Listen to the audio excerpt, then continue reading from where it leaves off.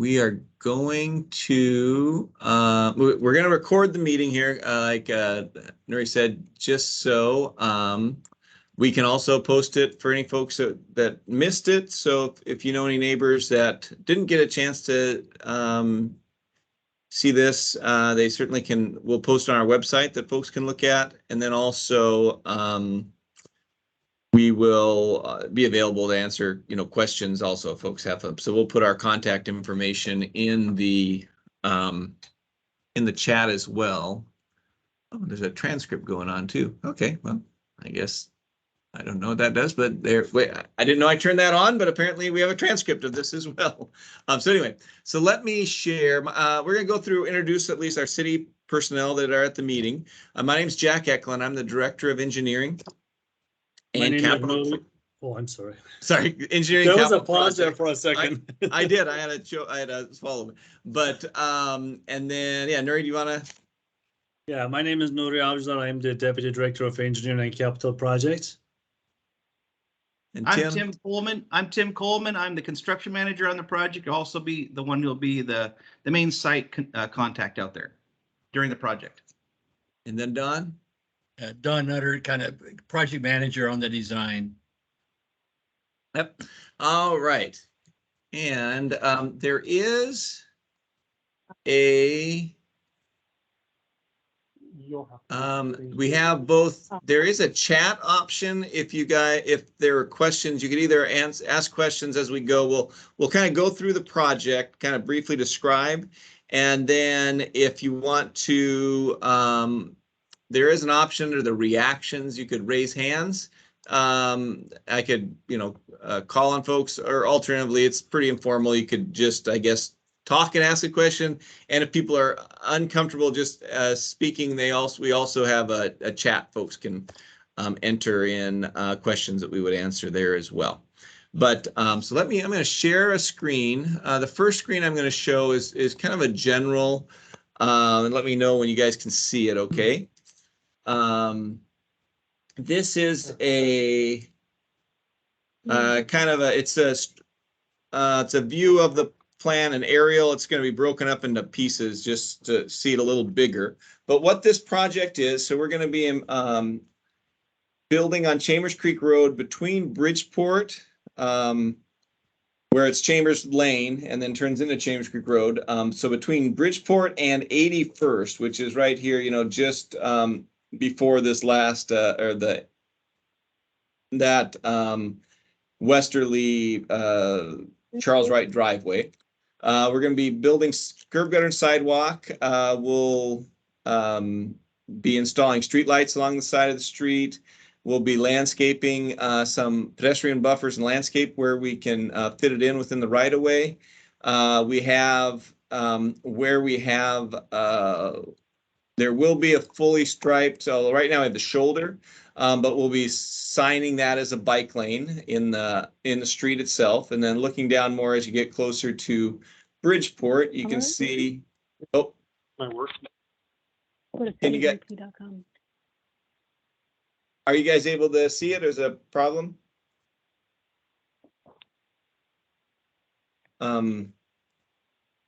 Hopefully the scale isn't too big to see, but anyway, this is as you go down past the bridge is this location heading toward Bridgeport, and then up here to connecting into the sidewalks and so forth at Bridgeport. The medians that you see here are all the existing medians. We're essentially maintaining those. There are portions that might be narrowed a little bit to fit in some of the improvements, but overall, we'll be getting the sidewalks on both sides of the street. We're able to fit all this within the existing city property, and so we would not need to get any additional property from any of the property owners, which is nice. And then let me bring up a general. I don't know how useful this will be or not, but this shows you another kind of view of what the street will be like when we're done. You have the road will still be basically the same. We have the median or not where it's there. And sometimes the turn lane or not, but those really aren't changing. Then we have the travel lanes aren't changing. Right now, we have the shoulder that is not necessarily fully signed as a bike lane, but it will be signed now as bike lane. And then we will have some planter strips and like a spacing where we have room. And then on both sides, we would have generally 6-foot sidewalks, although across the bridge, I believe it's 5 foot. And then other than that, I will, oh, we got someone waiting in the lobby. Let's see if we can. I admitted. Okay, good. So I am going to bring back, I can bring back up. I also have the full plan set so we can look in detail at each property owner's, in that vicinity if you have specific questions. But go over the schedule of what we expect this project to take.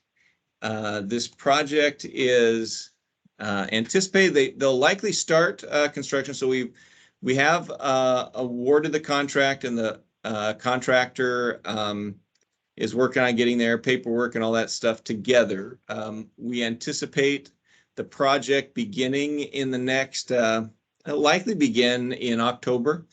And it will, a project of this scale, we anticipate to take probably about 8 to 10 months, although a majority of it will be done much sooner than that, but some of it will be weather dependent.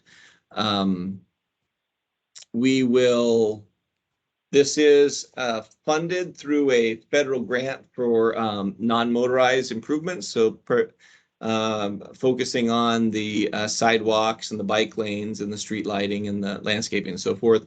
But that does mean we won't be doing any specific pavement overlay on this project. But at the same time, we're not widening the street. We have the existing width itself. But that may be enough of me kind of rambling on, and I'd open it up to any questions you guys might have on the project.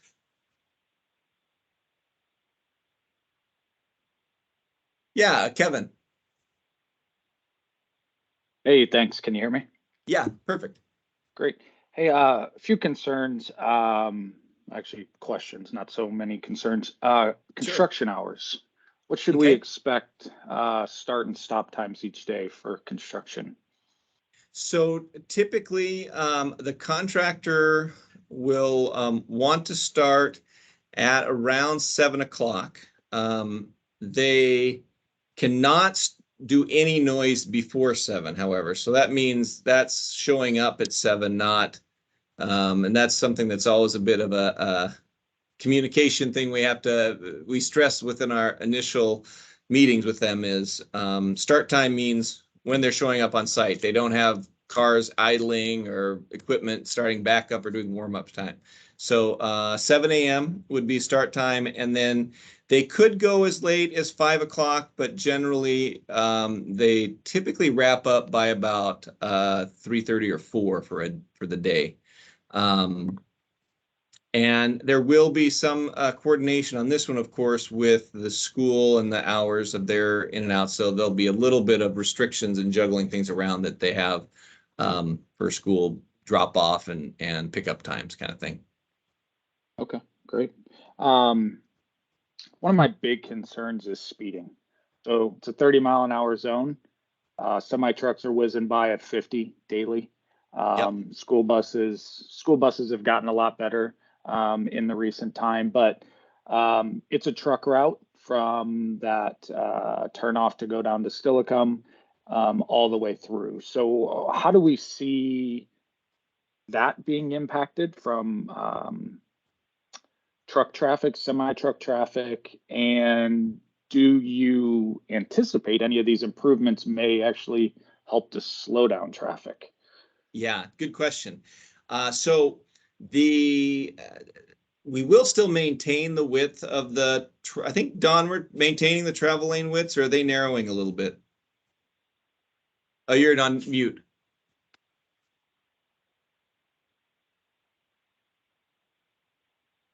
Oh, you're mute again. You double clicked it, I think. There you go. You're good. The lanes will be the same width as they are today. Okay.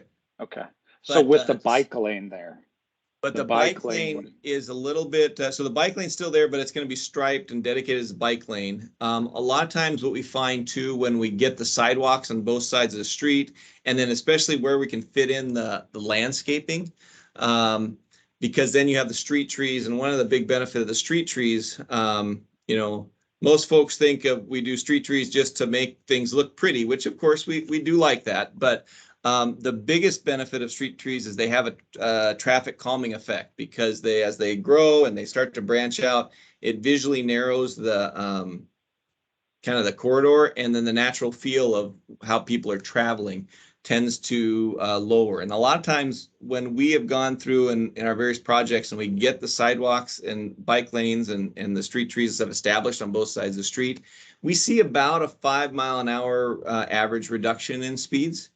And so we're hopeful that that would be the case here as well. And so that part will be good. The street lights also, because the type of street lights we're doing are the same that you would see down on Grandview. It's those 16-foot pedestrian oriented, the shorter, not like the big Cobra head ones. And so those also, because of where they are, tends to slow traffic. You're not, I always, one of the things for speeding traffic, though, is I always kind of characterize folks in two camps. There's the folks that are, they're speeding because they're hell bent on speeding, right? And there's, you know, short of putting, you know, tax strips on the street or something, there's nothing we can do about that. But what these type of improvements catch are the other folks that are often just not thinking about it. They're not paying attention. And so when, and that really is the majority of folks that a lot of times. So that's the one. So you make the corridor feel like a slower street and you see more pedestrian activity, and then they naturally slow down. So. Okay, great. And I got one last question, sorry. Yeah, no problem. What sort of equipment should we expect to be on site throughout the night? You know, there's people have been exploring construction sites nowadays, prowling them at night. So is there a specific dedicated area where that equipment's going to be stored, and the parking for the workers on site? Where's all that staging at? So the staging is typically the responsibility of the contractor, but on this side, I anticipate they will utilize some of the gravel shoulders area for at least their parking, with at least before the curbs are built, although that will be an early stage. They may also, sometimes they reach agreements with other property owners. Although on here, I don't see a lot of vacant lots in this case, but it may be down the street, maybe. But I would anticipate, and Tim maybe has a better feel for this, that they would probably be parking on,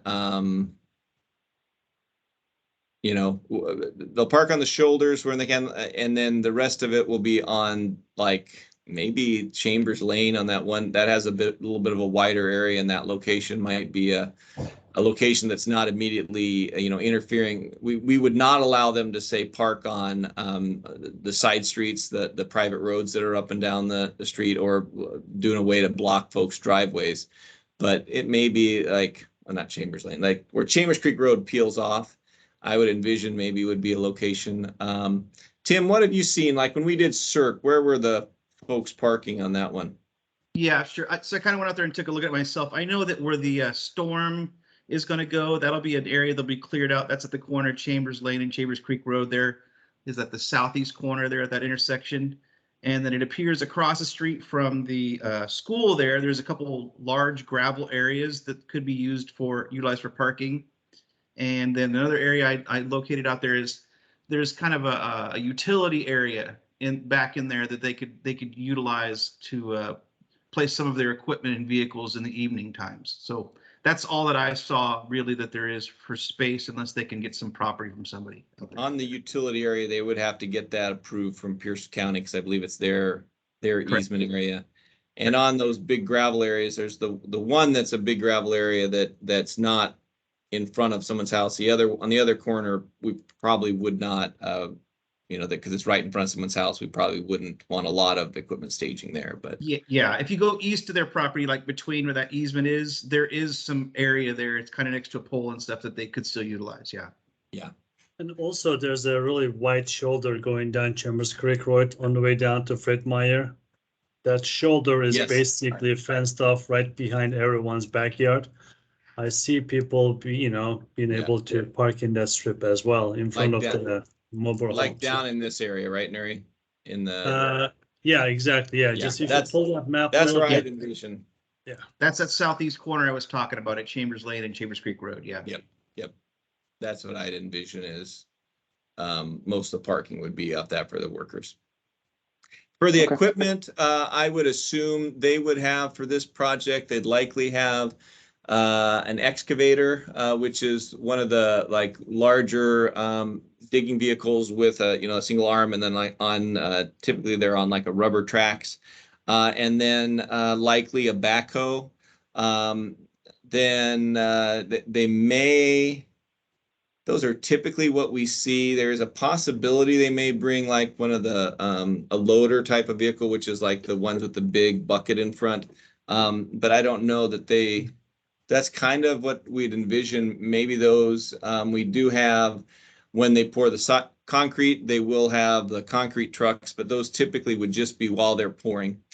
And then Tim, other vehicles, what would you envision?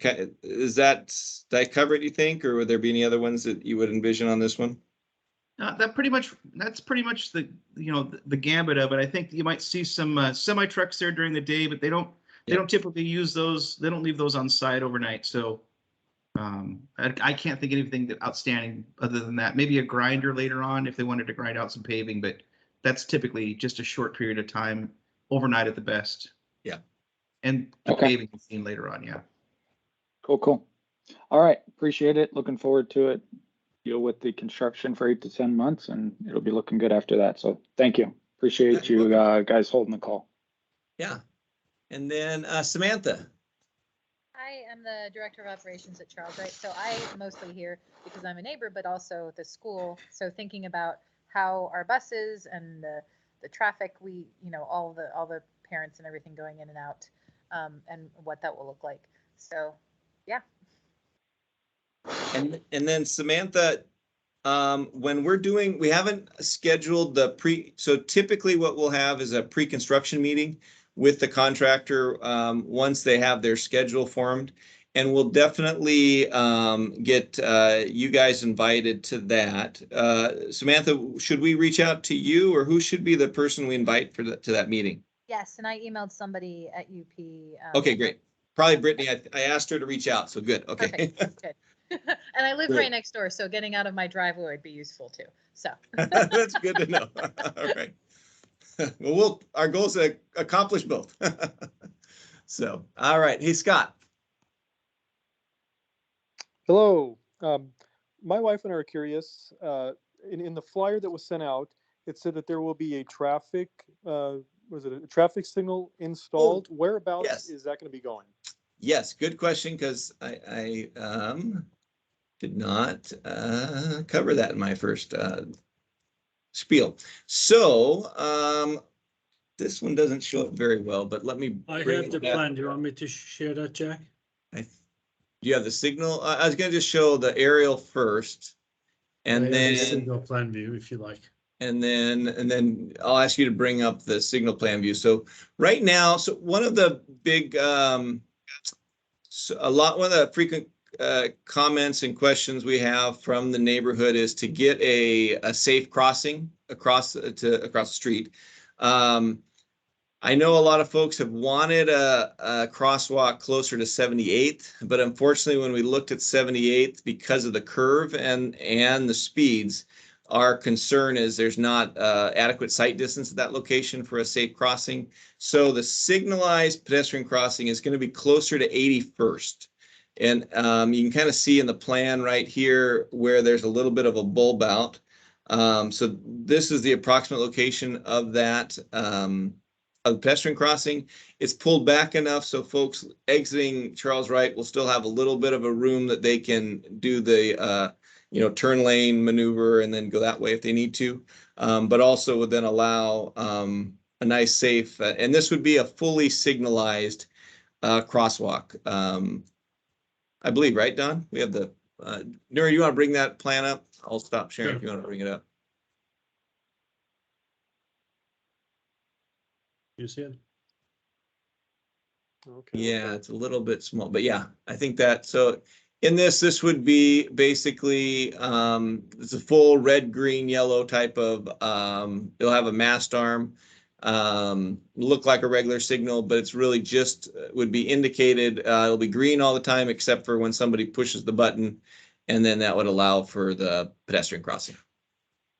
Gotcha. Okay. We saw the traffic signal and we thought it was going to be at Chambers Creek Road and Chambers Lane. We live right behind that intersection, and there's always like people burning out. There's people skidding. There's people pulling out in front of everybody, and there's horns honking. So we saw the traffic signal. We're like, oh, good. It'll be a regulated stop and a signal. So we won't be hearing that garbage. But if it's a pedestrian signal, and we do understand since it's by a school zone and everything.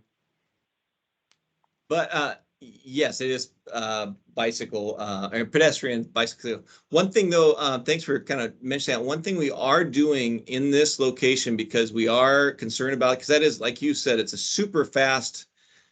This right now, this is such a wide road approach. Folks fly both this way and around. What we're doing is we're actually, to help control those speeds, we are narrowing up this approach. So this is where Chambers Creek Road goes down the back, and here's where it turns into Chambers Lane. And so we're tightening up the radiuses, so they'll still be able to make it, but you can't do that crazy kind of just, partway stop and then gun it kind of thing. It'll be a more traditional intersection at this location. So that should help. We're doing that to both reduce our pedestrian crossing distance, but also, more importantly, reduce these speeds going in and out of the street. Okay. Okay. Gotcha. All right. Sounds good. No questions. Okay. I think that's all from us. Thank you. All right. And let's see, anyone else for questions for? I think Scott Ferguson. That's Scott's who we just talked to. Okay, now I answered that. So, okay. All right, Cliff. Cliff.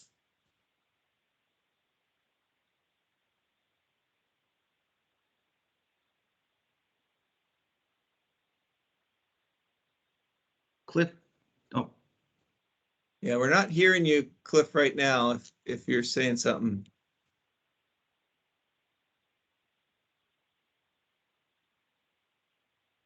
It's weird because it looks like it lights up like we're seeing that there's some noise, but we're not, unless that's just on my end. I don't hear anything. I don't hear as well. Cliff, if you want, you could type in, sounds like there's an audio issue, but if you want to type in a question in the chat, to do the chat, there's a bubble up top that says chat. So that could be an option. I apologize that I don't know. does your mic possibly have a mute switch on it as well? Sometimes that happens. Older mics.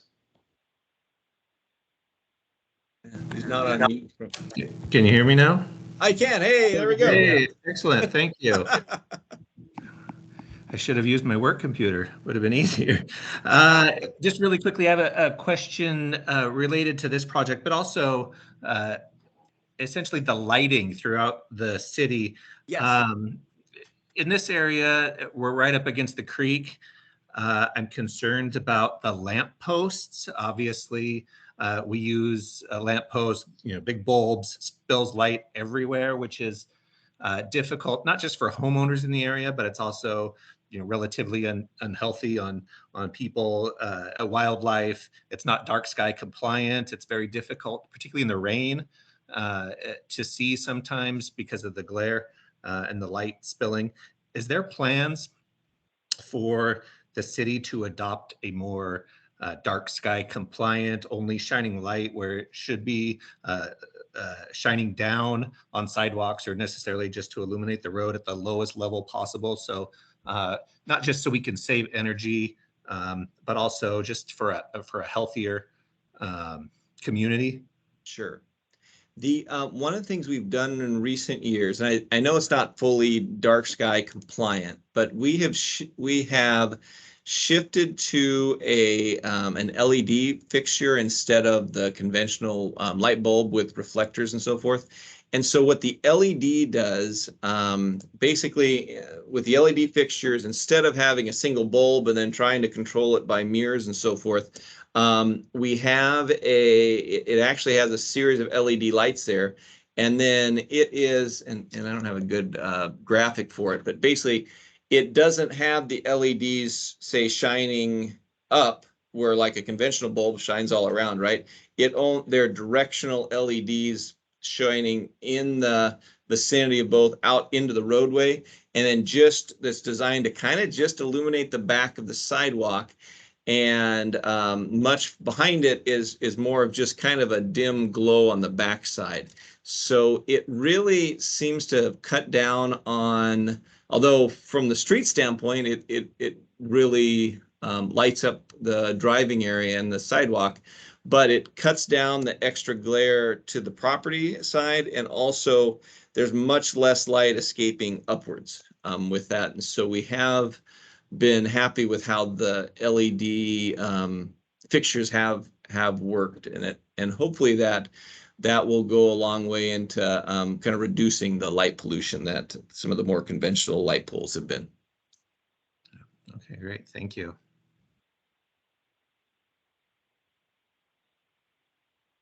All right, any other questions we could answer for you guys? So if you guys need to get, I have a question. Oh yeah, go for it. Sorry, I'm just calling in online. Yeah, that's fine. We live on 83rd, and we are wondering if there are future plans to extend this project down closer beyond 81st towards Chambers Bay. We certainly hope to get a project continued down. Part of it, virtually all the sidewalk and roadway projects you see in the city are results of grant funds that we've gone out and been able to obtain. We're hopeful that sometimes when we can get, one piece in, often then it will potentially lead to the next segment, which so that's we are hopeful for that. It has one of the risks, of course, is the further away we get from the big corridors, the Bridgeports, the less competitive our applications are. But I think it's certainly a goal of ours to extend improvements down. And so we're keeping our fingers crossed, and we're looking for opportunities where we can. Unfortunately, all of these things take quite a bit of time. This most recent grant cycle that we applied for grants, we don't see funds for those until 2025 and 6, right, Nuri? And so it depends on the grant program. But ultimately, that's our certainly our goal would be to extend it. The other possibility could be because our widths are there in the right of way and the roadway, and we have some segments of sidewalks already there, we may be able to do that. There is limited amount we could possibly do with our own city staffing. But state law kind of prohibits us to do too much. But that's another potential option if we are not successful getting, the big grant dollars. So we're looking at all options for that. Okay, thank you very much. All right. Anyone else that had a question? I think Cliff's hands raised up from the last time, and I don't have anybody on the chat room or any questions. Nothing lined up. All right. Well, hey, we appreciate you guys joining in on the meeting and asking the questions. And we do have, I believe, hopefully, we sent out in the letter we sent out, gave contact information for our office. Hopefully it said that. I believe we had that. But certainly feel free to reach out to us.